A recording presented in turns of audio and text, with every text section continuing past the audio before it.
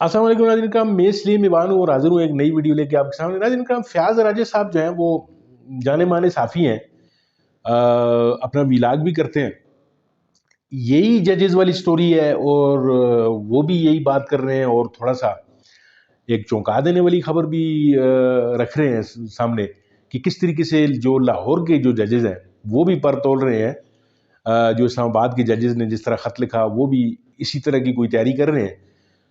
इसके अलावा जो है वो जियो और जंग के वाले से इन्होंने एक खबर जो है वो ब्रेक की है कि किस तरीके से अलीमा खान साहबा का जो बयान है उसको जियो और जंग ने साफ़ती बददियानती का मुज़ाहरा करते हुए तोड़ मोड़ कर पेश किया है। उस पर ये बात कर रहे हैं। आप ज़रा ये वीडियो देखिए, फिर इसके ऊपर हम तफसीली बात करते हैं। दोस्तों, वफाकी दारकूमत इस्लामाबाद से इंतहाई अहम तरीन और बहुत बड़ी डेवलपमेंट। इमरान खान का बयानिया सर चढ़कर बोलने लगा और 2 साल जबर को सब्र से बर्दाश्त किया, लेकिन अब पाकिस्तान तहरीक इंसाफ मुख्तलिफ मूड में होगी। वफाकी दारकूमत इस्लामाबाद के बाद पंजाब के दारकूमत लाहौर से भी बड़ी तलात। इस्लामाबाद हाई कोर्ट के बाद लाहौर हाई कोर्ट में भी बगावत के आसार। तफसीलात रखेंगे आपके सामने। जराए का दावा कि अब तक मुल्क के अंदर बागी जजों की तादाद हो चुकी है 11 और मौजूदा चीफ जस्टिस काजी फाइज ईसा साहब इन हालात से हरगिज आंखें नहीं चुरा सकते। जराए दावा कर रहे हैं काजी साहब का आखिरी वक्त भी करीब आन पहुंचा। पाकिस्तानी इस्टेब्लिशमेंट और यानी पाकिस्तानी इस्टेब्लिशमेंट के तर्जुमान के साथ काजी साहब के मुसलसल राब्ते जो बिलाशुबा काजी साहब के इस्टेब्लिशमेंट ही से राब्ते गर्दाने जाएंगे। तफसीलात रखते हैं आपके सामने, लेकिन पहले एक नुक्ता रखना है आपको जिससे पाकिस्तानी अवाम ने इस प्रोपेगेंडे से बचना है। पाकिस्तानी अवाम ने बिलअमूम, पाकिस्तान तहरीक इंसाफ के कारकुनान ने बिलखसूस, वोटर्स ने बिलखसूस, और इस बात पर ख़ास तौर पर नज़र रखनी है कि मौजूदा जो इस वक्त सूरत हाल है इसको जंग जियो ग्रुप कुछ और तरह से प्ले करने की कोशिश कर रहा है। तमाम तर वड्डे एंकर, वेले कलम निगार और मुलाजम सहाफ़ी इस वक्त मैदान के अंदर हैं और मामलात को तरोड़ मरोड़ कर पेश कर रहे हैं। दो खबरें इस हवाले से आज हम आपके सामने रखेंगे। डार्ट कनेक्ट करने के लिए बड़ी ज़रूरी है। उसके बाद फिर आपको इस्लामाबाद से लाहौर और फिर काजी इस्टेब्लिशमेंट के राब्तों की जानिब भी लेकर जाएंगे। पहले आप यह समझ लें कि आज जनाब एक खबर जंग ग्रुप ने लगाई कि नवाज शरीफ को पनामा केस में अकामा पर सजा देना गलती थी। हमशीरा बानी पीटीआई अलीमा खान।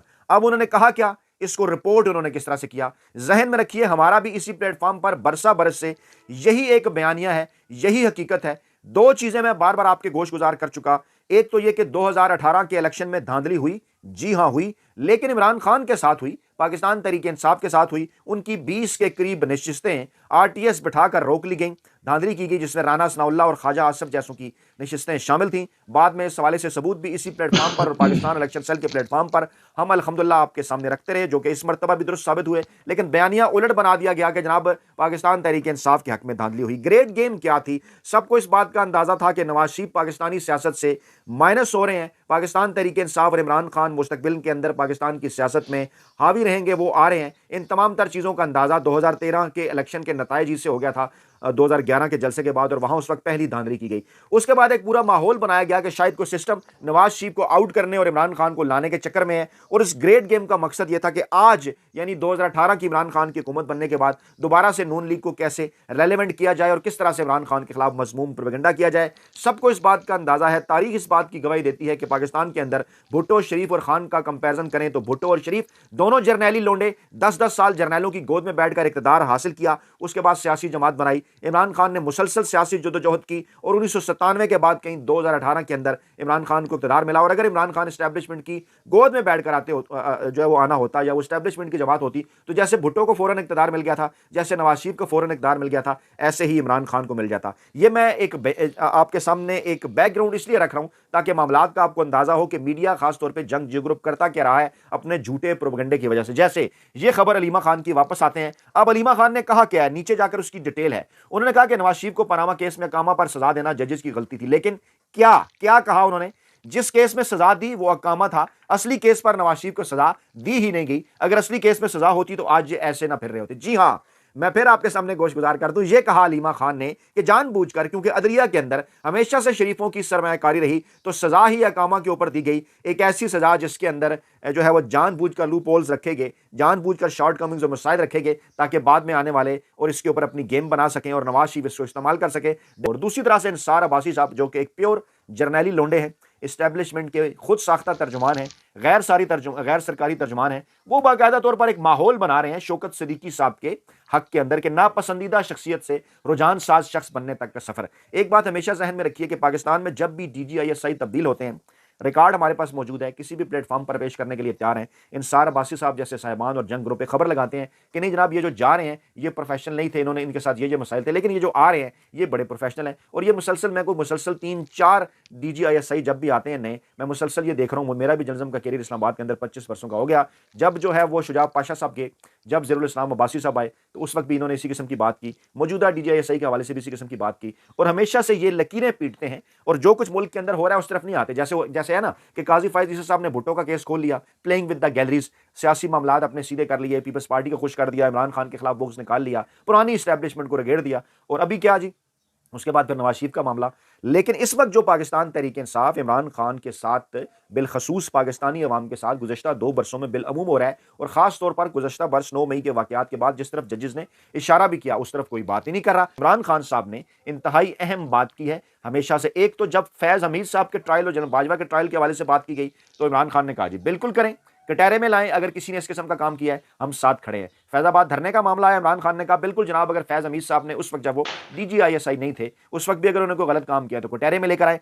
अब जब बात हो रही है साबिक चीफ जस्टिस उमर अता बंदयाल की, तो फिर पाकिस्तान तहरीक इंसाफ और इमरान खान का बिल्कुल वही मौक़िफ़ है। वो ये कह रहे हैं जनाब कि अगर, और बल्कि उन्होंने कोर कमेटी के इजलास के अंदर कहा भी कि चीफ जस्टिस उमर अता बंदयाल के ऊपर भी उनके तहफ़्फ़ुज़ात हैं, वो भी एजेंसियों के लिए, खुफिया एजेंसियों के कहने के ऊपर खुफिया हाथों की सहूलतकारी करते रहे, उनकी तरफ से भी ऐसा ही रहा। पाकिस्तान तहरीक इंसाफ को कौन सा रिलीफ मिल गया? मास wife playing with the galleries, एक सियासी जुमला, गुड टू सी यू, जिसके ऊपर बड़ा शोर हुआ। आज देखें किस तरह से वज़ीर-ए-आज़म और चीफ जस्टिस साहबान मुलाकातें करते फिर रहे हैं, जो मुलाकातें किसी आइन, कानून, इखलाकियात के अंदर इस बात को इंतहाई बुरा समझा जाता है। कतन पूरी दुनिया के अंदर ऐसा नहीं होता कि एग्जीक्यूटिव के ऊपर एक तरफ वो बात करने के जनाब एग्जीक्यूटिव को मुदाखलत नहीं करने देंगे, दूसरी तरफ एग्जीक्यूटिव के जो सरबराह है शहबाज शरीफ साहब उनसे मुलाकात कर रहे हैं। अमेरिका शहबाज शरीफ साहब को खत लिखकर कहता है जनाब हम आपके साथ खड़े हुए हैं और जनाब आपकी हुकूमत की हम बड़ी सपोर्ट करते हैं, आपके लिए बड़ी नेक तमन्नाओं का इजहार है, क्योंकि ये मामला तो शुरू यहीं से होता है ना। याद कीजिए उन लोगों को जो बड़ा कहा करते थे कि इमरान खान का फोन नहीं उठाता जो बाइडन।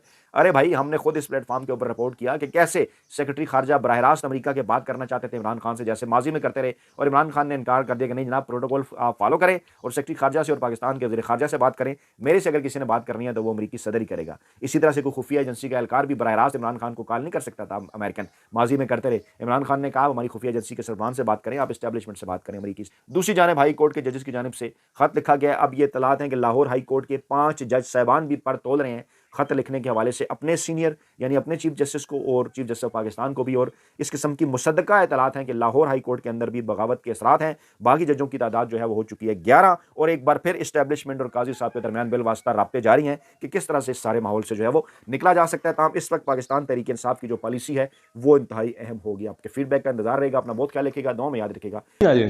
आपने वीडियो मुलाहिजा फरमाई, फयाज राजा साहब जो हैं वो अपने अंदाज की वजह से मशहूर साफ़ी हैं, नपी तुली बात करते हैं, खरी बात करते हैं, और सोशल मीडिया पे ये काफ़ी मकबूल है। इनका जो नुक्ता नज़र था नाज़रीन का, वो कहने का ये था कि इस्टेब्लिशमेंट जो है वो इस मुल्क में जो चाहे वो कर सकती है। अगर कोई खुदा न खास्ता इस्टेब्लिशमेंट के सामने कोई उठकर सर उठा के खड़ा हो जाएगा, जैसा कि ये जजेस ने जुर्रत की एक दफ़ा, ये अपने तमाम इन्होंने चीज़ें दाव पे लगा के, अपनी नौकरी दाव पे लगा के, अपना जो कैरियर है वो दाव पे लगा के इन्होंने एक हिम्मत की, तो अब इस बात को जो है ठंडे पेटों जो है वो लोग कैसे बर्दाश्त करेंगे।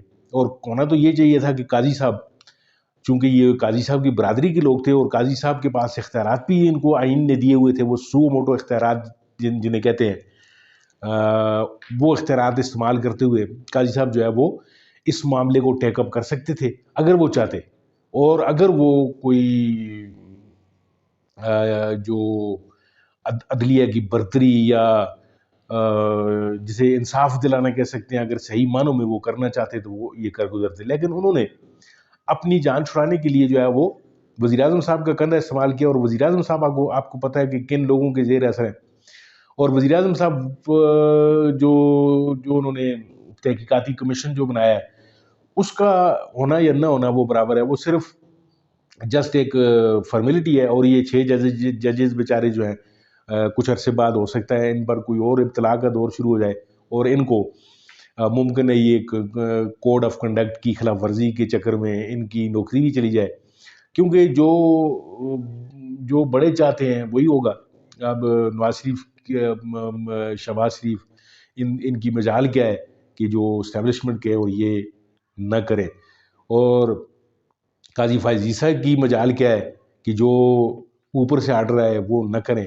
तो आखिर काम ये चीज़ें जो हैं वो किस तरफ जा रही हैं अल्लाह बेहतर जानता है। वीडियो देखने के लिए आपका बहुत बहुत शुक्रिया अदा करता हूँ। मुझे उम्मीद है आपको वीडियो अच्छी लगी होगी। अगर अच्छी लगी है तो इसको लाइक कीजिए, शेयर कीजिए। आपसे मिलते हैं किसी और वीडियो में, तब तक के लिए इजाज़त दीजिए। अल्लाह हाफिज़।